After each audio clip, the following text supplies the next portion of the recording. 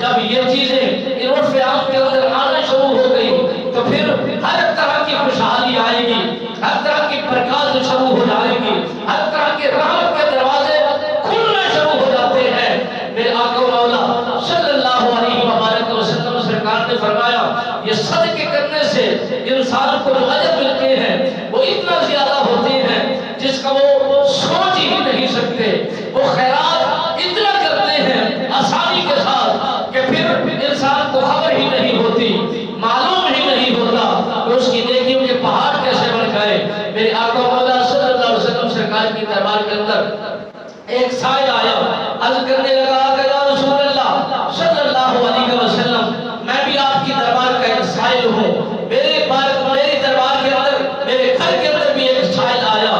زیادہ تو نہیں کر سکا، روٹی کا ایک ٹکڑا ایک حصہ میں نے اللہ کے راہ کے لیے صدقہ دیا ہے، اس کا اجر کتنا بنتا ہے، اس کا ثواب کتنا بنتا ہے، اس کی برکت کتنا ملتی ہے۔ میرے آقا مولا صلی اللہ علیہ وآلہ وسلم سرکار نے فرمایا اے میرا غلام اگر کھجور کا ایک حصہ یعنی کھجور کے 4 حصے کا دیے جائیں، ایک حصہ بھی اگر کسی کو دے دیا جائے یہ صدقہ کہلاتا ہے، اور اس کا جو اجر ہے آپ سرکار نے فرمایا کہ احد پہاڑ کے مانند اس کا ثواب لکھ دیا جاتا ہے،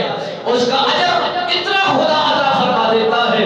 اگر ایک گھونٹ پانی بھی اگر کسی کو صدقے کے طور پر کسی کی پیاس کو بجھا دیا جائے تو مالک بینیاد فرماتا ہے وہ صدقہ بنتا ہے، وہی صدقہ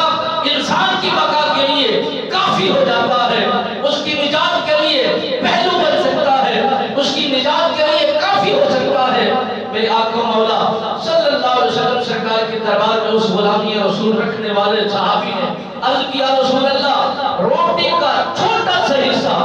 میں نے صدقہ کیا ہے، ثواب کتنا ملے گا؟ میرے آقا مولا صلی اللہ علیہ وسلم سرکار